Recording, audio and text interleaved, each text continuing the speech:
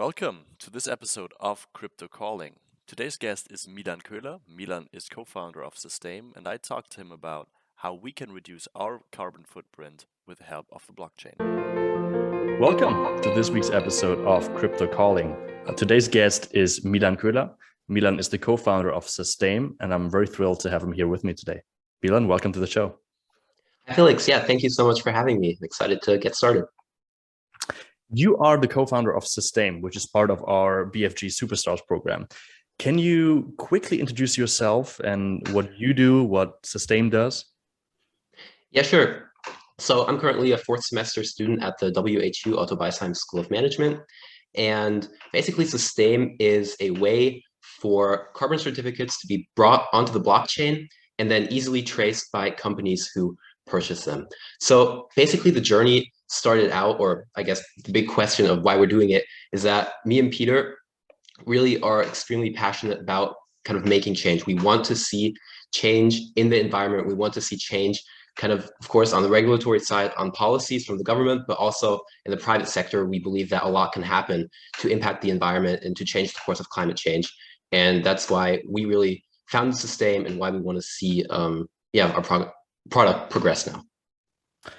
That's very interesting. It's a weird coincidence that we both went to the same university. I mean, you're still studying there. I studied there a couple of years ago, which I think in retrospect does make sense because WHU has this huge focus on entrepreneurship and making a change through the private sector. You alluded to it, that there is some desire for change on the regulatory side, but I believe that the private sector has a lot to say when it comes to tackling the future challenges. Coming back to the idea of Sustaim, I think we first have to cover what you guys actually do, like on the business side. And I would also ask, how did you get into this? Like this desire to change, to save the environment. How did that come up? Yeah, so basically, when we look at kind of carbon neutralization, so companies, they produce a lot of CO2, they bring a lot into their atmosphere, and many companies have made pledges by the year 2030, 2040, or 2050 to make themselves net zero. Now, the problem is that a lot of emissions can't yet be reduced or completely eliminated, which is where carbon offsetting comes into place. So carbon offsetting basically refers to projects such as reforestation or preserving existing forests to sort of compensate for CO2 emissions that occur elsewhere. And in this market, there are climate certificates, and these certificates can be bought by companies to basically make themselves net zero. Now, I should highlight the focus of most companies should be to eliminate as much as possible, but this kind of compensation is still necessary. Now, the problem that we kind of saw is that it can be kind of difficult for companies to communicate what we're doing. And the nice thing about our product, what we kind of do, where our USP lies, is kind of bringing the whole process onto the blockchain so that companies can really transparently communicate exactly what they're doing. So this whole cycle can then be seen on the blockchain and easily communicated. Now, kind of what brought us into this and kind of what inspired me to kind of get into this whole sustainability thing is that, as a child, or even within the past few years, I've just really been concerned about everything that's going on, and there really hasn't been too much change happening. So companies, of course, make these commitments, but then don't actually follow through with them. And we just want to make that as easy as possible. What I like about your approach is that it's pretty realistic. I think when you follow the political debates in Germany or also across the pond, there is this huge focus on basically reducing the carbon emissions that much. And I think there's always this underlying notion that we should basically get net zero by just reducing our footprint. However, that's realistically that's not possible if you still want to maintain what we have in quality of life. So I like that offsetting is now a big focus of yours. When it comes to offsetting, there's always the allegation to towards some organizations, towards some companies, of greenwashing. How does your company tackle that problem? Yeah, of course. So basically, a lot of times they're seen as kind of a way for companies to just pay money and make the problem go away. And so we still believe, and we still kind of advise companies to really do as much as they can on the reduction front as possible. It's just sometimes it doesn't make sense to do that yet economically. Sorry about the siren there. So yeah, what we kind of do, we want to build a transparent bridge. So that means we work with extremely transparent projects that we really get to know on a personal level, where we really kind of meet the people doing the project. And then we also kind of bring that direct connection to companies. So when they use our dashboard, they can directly see what's happening. They get all the project details, they get regular updates, and they kind of see everything that's happening so they can actually know that their money and what they're doing is making a difference. So if I understand you correctly, your dashboard basically sums up all the projects which are kind of curated by you, like basically that you, did the research in them, and then you give access to that dashboard, to that marketplace, so to speak, to other companies. That correct? That's exactly how it works. Yeah. So basically we curate the projects. We have projects where we know that there's a direct impact that are transparent, and then we kind of combine this, this verification with the transparency that the blockchain brings. Awesome.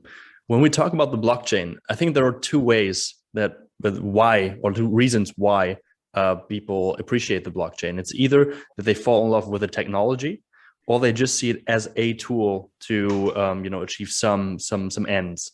Where do you fall in this distribution? Were you already in love with the blockchain before that, or were you just very open to almost any technology, and blockchain just happened to be the one that solves the problem best? Yeah, so it would be the latter. So we really just wanted to see what's going to make the most impact, and that's where we saw kind of the blockchain technology come in. So it's not about just finding some sort of product that fits the blockchain. It's more about actually using blockchain, actually creating a real USP from the blockchain, because we see a ton of companies that just want to have a blockchain in order to kind of ride the hype, but we're seeing a lot of these companies die, and it needs to be actually transparent, and it needs to be extremely visible what the blockchain is actually bringing to the company. So if we couldn't do it without the blockchain, we wouldn't be using the blockchain. I want to shift gears a little bit. You're still a student, and how does that work for you? Like, how does funding this very ambitious project and working on it, how does that work while you're still a student? Is it very stressful, or how does what's your experience so far? I mean, it's really been great. So the WHU is very kind of startup focused. So we have a ton of amazing companies that launch every year, and we've actually received tremendous support from the university.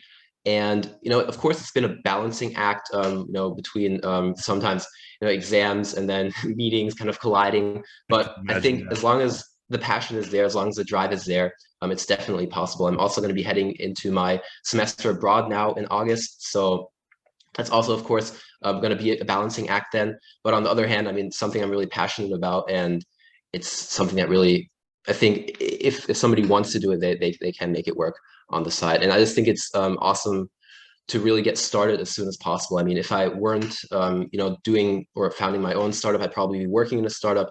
And so I just think that it's a better experience maybe to have this more hands-on approach where I'm, taking the lead.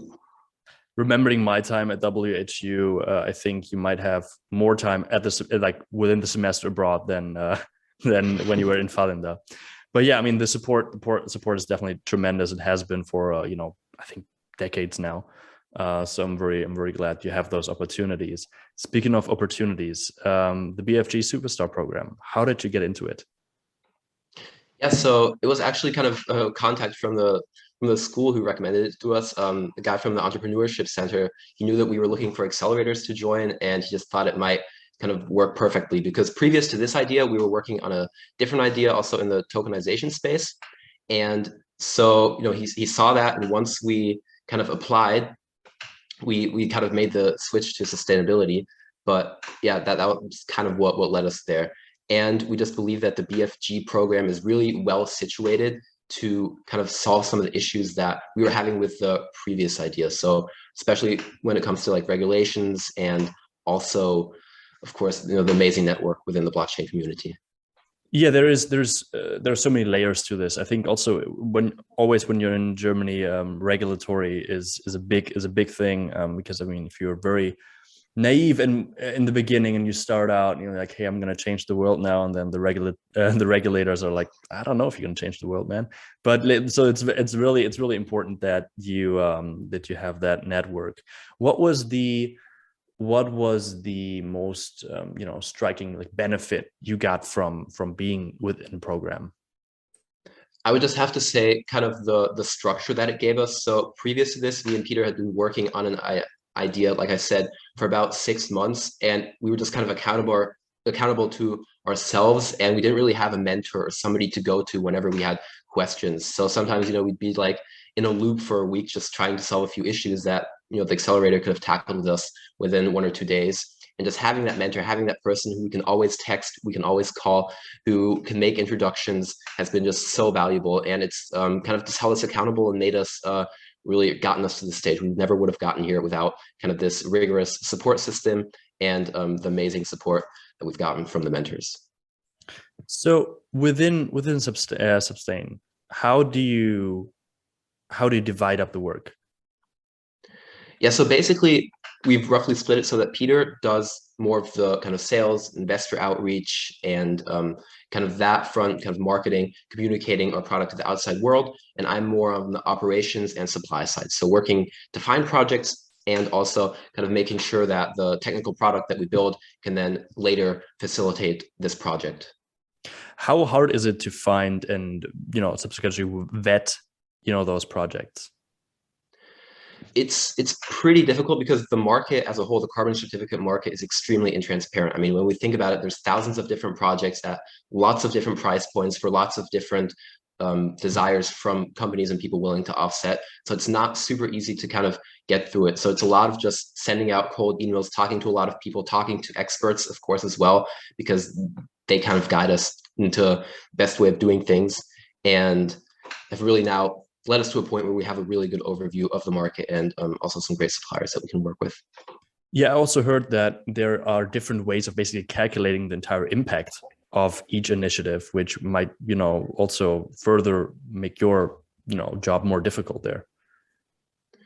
What do you mean by that? Do you mean if you, for example, compare some carbon capture technology on one hand, to an initiative which just keeps 1 hectare of rainforest from being cut down, there's probably they put a number on it and say, right, this saved this how many tons of CO2, but there's probably there was probably a comparison of apples and oranges there. This is how I believe it. I would imagine. Yeah. For sure. Yeah, that's where a lot of the controversy comes from, just kind of bad verification firms who put out false numbers. That's why we, especially now at the beginning, we work very closely with kind of these verification firms and only buy offsets that are officially kind of verified by the big players. In the long term, we also see potential for kind of developing a standard beside these big players.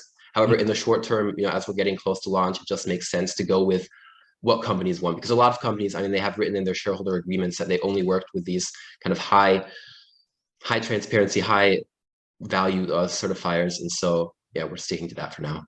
Yeah. Speaking of the launch, what are the next steps?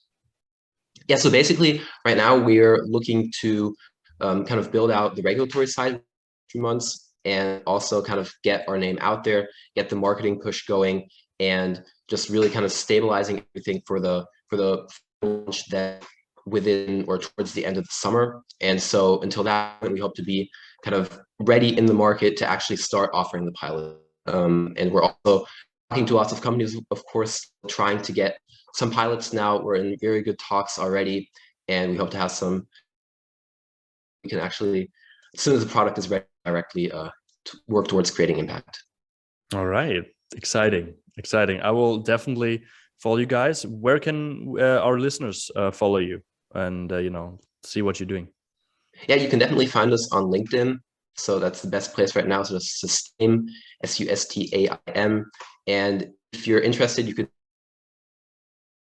it's Milan.Koehler at Sustaim, or visit our website, sustaim.earth.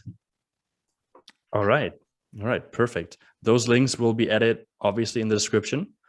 And that was pretty much the interview. I thank you so much for taking your time. And I thank our listeners for taking their time. And next week, we'll be back with another very interesting guest. Milan, thanks again so much.